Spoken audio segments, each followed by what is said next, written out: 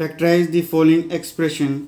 आपके पास 10 क्वेश्चन दिए गए हैं, सभी को आपने फैक्टराइज करना है, यानी कि तोड़ के आपने इक्वेशन को लिखना है। सबसे पहले आपके पास है फर्स्ट पार्ट आपके पास है 7x माइनस 42। 7 के कोई फैक्टर नहीं होंगे, इंटू एक्स है आपके पास, इसके कोई फैक्टर नहीं, माइनस है। फिर आपके पास है 42 का हम लेते हैं एलसीएम 2। सबसे छोटी प्राइम नंबर से स्टार्ट करेंगे। सबसे पहले आपके पास है 2, डिवाइड करेंगे तो हमारे पास आएगा 2 2 जा 2 1 जा 21। 2 के टेबल में नहीं आता है। उससे बड़ा प्राइम नंबर देखते हैं, 2 से बड़ा प्राइम नंबर आपके पास होता है 3 से डिवाइड करते हैं 3 7 जा। आपको पता है कि 7 भी एक प्राइम नंबर है, तो डायरेक्ट हम 7 से डिवाइड कर देंगे तो हमारे पास आ जाएगा 42 को हम लिख सकते हैं 2 इंटू 3 इंटू 7, 2 इंटू 3 इंटू 7। तो आपके पास कॉमन वैल्यू चाहिए। अब 7 आपके पास कॉमन है, तो 7 मेरे पास आ जाएगा कॉमन। अंदर में आपके पास बचेगा x माइनस 2 इंटू 3 सोल्व करके लिख देंगे 7x माइनस 2 को 3 से मल्टीप्लाई करेंगे आपके पास 6। यही है आपका आंसर। क्वेश्चन आपके पास है फैक्टराइज करना अपने क्वेश्चन को। तो ये एक हमारे पास इक्वेशन दी गई थी, इसको हमने फैक्टराइज करके लिख दिया है, यही है आपका आंसर। अब करते हैं सेकंड पार्ट को। सेकंड पार्ट आपके पास है 6p माइनस 12q। 6 है आपके पास, 6 के फैक्टर करते हैं। 6 के जब हम फैक्टर करेंगे तो आपके पास आएगा 2 3 3 1। तो हम 6 को लिख सकते हैं 2 इंटू 3, साथ में आपके पास p है, माइनस है। 12 के फैक्टर करते हैं हम, 12 के जब फैक्टर करेंगे आपके पास हो जाएंगे 2 6 2 3 3 और 1 आ जाएगा मेरे पास, यानी कि 2 इंटू 2 इंटू 3, 2 इंटू 2 इंटू 3, साथ में आपके पास q है तो हम q को भी लिखेंगे साथ में। अब इन दोनों वैल्यू के अंदर हमें कॉमन चाहिए, तो सबसे पहले आपके पास 2 दिख रहा है, यहाँ पर भी 2 है आपके पास, 3 है, यहाँ पर भी 3 है आपके पास, यानी कि 2 इंटू 3 मेरे पास कॉमन आ जाएगा। अंदर मेरे पास बच जाएगा p माइनस 2q।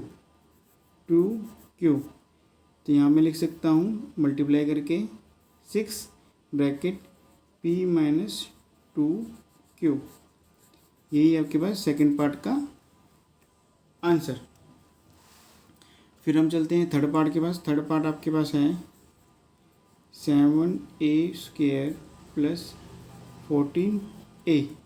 7 को हम लिख सकते हैं 7 इंटू a² को लिख सकते हैं a इंटू a, प्लस को हम लिख सकते हैं प्लस 14 के फैक्टर कर लेते हैं। 14 आपके पास आएगा 2 7 7 और 1, यानी कि 2 इंटू 7 इंटू a। अब हमें इन दोनों के अंदर कॉमन वैल्यू चाहिए 7 7a तो मेरे पास बाहर आ जाएगा, अंदर मेरे पास बच जाएगा a प्लस 2। यही है आपका आंसर। अब करते हैं फोर्थ पार्ट को। जो फोर्थ पार्ट आपके पास है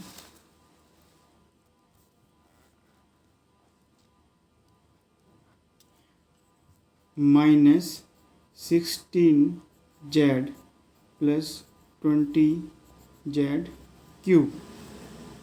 16 के फैक्टर कर लेते हैं। 16 के फैक्टर करेंगे हमारे पास आएगा 2 8 2 4 2 2 2 और 1, यानी कि -2 into 2 into 2 into 2 into Z plus 20 के फैक्टर कर लेते हैं। 20 के फैक्टर हम करेंगे जो हमारे पास आ जाएगा 2 10 2 5 5 और 1, यानी कि 2 into 2 into 5 into Z into Z. अब हमें इन दोनों वैल्यू के भी अंदर कॉमन वैल्यू चाहिए, तो आपके पास आएगा 2 2 2 यहाँ पर भी है, 2 यहाँ पर भी है और 2 नहीं है। फिर हम चलते हैं जेड के पास, जेड यहाँ पर भी है और यहाँ पर भी है, यानी कि 2 2 और जेड, 2 2 और जेड, यानी कि 2 इंटू 2 इंटू 2 2 2 और जेड, यानी कि 2 इंटू 2 इंटू जेड मेरे पास आ जाएगा कॉमन। अंदर जो वैल्यू मेरे पास आ जाएगी -2 2 जा 4 बच जाएगी, ये प्लस है तो यहाँ पर भी प्लस आ जाएगा। 5z स्क्वेयर, 5z स्क्वेयर भी बच जाएगा आपके पास। सोल्व कर देते हैं, 4z bracket -4 plus 5z square, यही है आपका आंसर। अब चलते हैं नेक्स्ट पार्ट है आपके पास, फिफ्थ पार्ट आपके पास है 20l square m plus 30al m।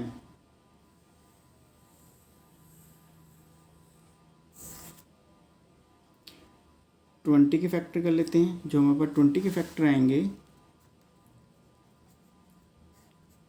2 1 0 2 5 5 और 1, यानी कि 20 को हम लिख सकते हैं 2 into 2 into 5 into L square को लिख सकते हैं एल इंटू एल, एम को हम एम ही लिखेंगे, प्लस 30 के फैक्टर कर लेते हैं।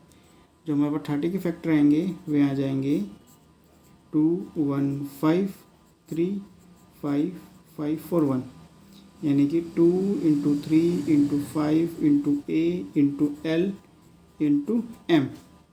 अब मुझे इन दोनों के अंदर अब कॉमन वैल्यू चाहिए, कॉमन आपके पास आ जाएगा 2 2, नेक्स्ट 5 5 एल एल एम और एम, यानी कि 2 into 5 into L into M मेरे पास आ गया है कॉमन।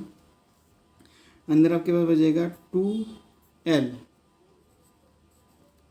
प्लस, फिर आपके पास बच जाएगा आपके पास 3a 10l m bracket 2l plus 3a आपका हो जाएगा आंसर।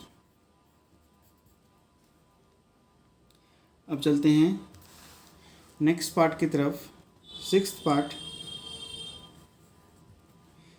पार्ट आपके पास है 5x square Y minus 15xy square. 5 को हम लिख सकते हैं 5x स्क्वेयर को लिख सकते हैं x into x into y आपके पास आ जाएगा, ऐसे कैसे ही 15 के फैक्टर करते हैं। आपके पास 15 के फैक्टर हमने थोड़ी देर पहले किए थे। 15 के फैक्टर आपके पास हो रहे हैं 3 और 5, तो हम यहाँ पर लिख सकते हैं 15 की जगह 3 into 5 into x into y इंटू वाई। अब मुझे इन दोनों के बीच में कॉमन वैल्यू चाहिए 5 5 एक्स एक्स वाई वाई, यानी कि 5xy मेरे पास आ रहा है कॉमन। अंदर सिर्फ बच जाए मेरे पास यहाँ पर x, फिर बच रहा है माइनस, फिर बच रहा है आपके पास 3y, यही है आपका आंसर। अब चलते हैं नेक्स्ट पार्ट के ऊपर। नेक्स्ट पार्ट आपके पास है 10a square minus 15b square plus 20c square. 10 के फैक्टर करते हैं तो 10 के फैक्टर हमारे पास होंगे 2 5 5 और 1, यानी कि 2 इंटू 5। a b और c है तो कुछ कॉमन आएगा ही नहीं, इनको हम छेड़ेंगे नहीं, तो इसको लिख देते हैं a स्क्वेयर माइनस 15 3 5 5 और 1, यानी कि 3 इंटू 5 इंटू बी स्क्वेयर आ जाएगा। 20 के फैक्टर कर लेते हैं। 20 आपके पास 2 10 2 5 5 और 1, यानी कि 2 इंटू 2 इंटू 5 सी स्क्वायर आपके पास ऐसे कैसे चली जा रही।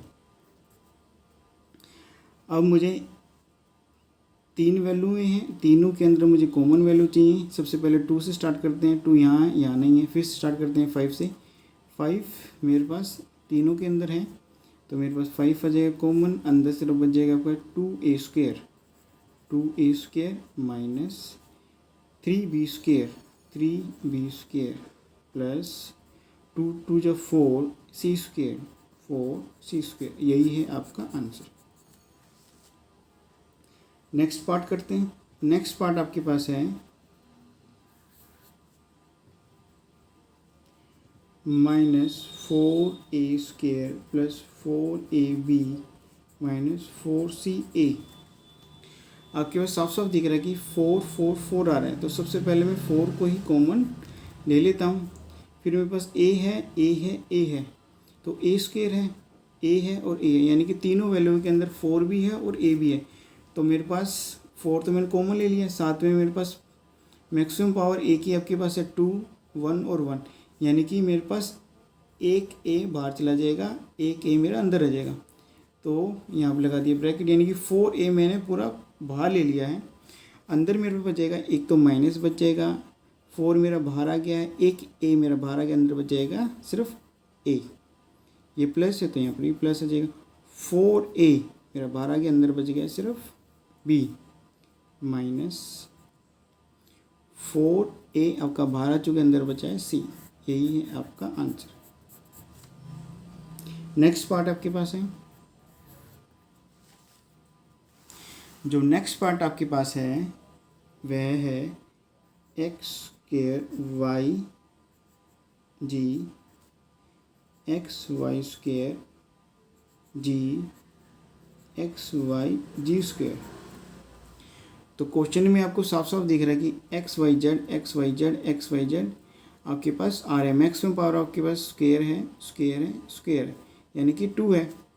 तो मैं एक्स वाई जी को ले लेता हूँ बाहर, क्योंकि मेरे पास स्क्वायर है तो एक मेरे पास बाहर चला जाएगा। तो एक्स वाई जेड मेरे पास आ गया है बाहर, अंदर सिर्फ बच जाएगा एक्स, प्लस का साइन है। एक्स वाई जेड मेरे पास आ गया है बाहर, अंदर सिर्फ बच जाएगा वाई। एक्स वाई जी मेरे पास बाहर आ गया है, सिर्फ अंदर बच जाएगा जी। यही है आपका answer. A X square Y plus B X Y square plus C X Y Z. Equation आपके पास है A X Y B X Y C X Y Z. तो साफ साफ दिख रहा है कि एक्स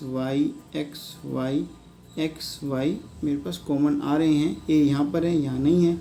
एक्स तीनों में है, वाई भी तीनों में है, तो बी मेरे पास बीच में है, दोनों साइड नहीं है। सी मेरे पास यहाँ दोनों में नहीं है, यहाँ है। जी मेरे पास यहाँ दोनों में नहीं है, सिर्फ यहाँ है। साफ साफ दिख रहा है कि एक्स वाई आपके पास कॉमन आ रहे हैं। मैक्सिमम पावर आपके पास 2 है और यहाँ पर 1 1 है, यानी कि एक्स वाई तो मेरे बाहर आएंगे ही आएंगे। तो अपने अंदर वैल्यू अब ढूंढनी है। एक्स और वाई मेरे पास चले गए बाहर, यहाँ सिर्फ बच जाएगा ए एक्स स्क्वायर है, यहाँ सिर्फ बच जाएगा एक्स प्लस का साइन यहाँ से मैंने उठा के यहाँ लिख दिया है। एक्स वाई आपके पास आ रहे हैं, बाहर आ गए हैं। ये मेरे पास है बी और यहाँ बच जाएगा वाई प्लस, ये प्लस का साइन यहाँ पर आ गया। एक्स वाई मेरे पास बाहर आ गए हैं, अंदर बच जाएगा सी जी। यही है आपका आंसर।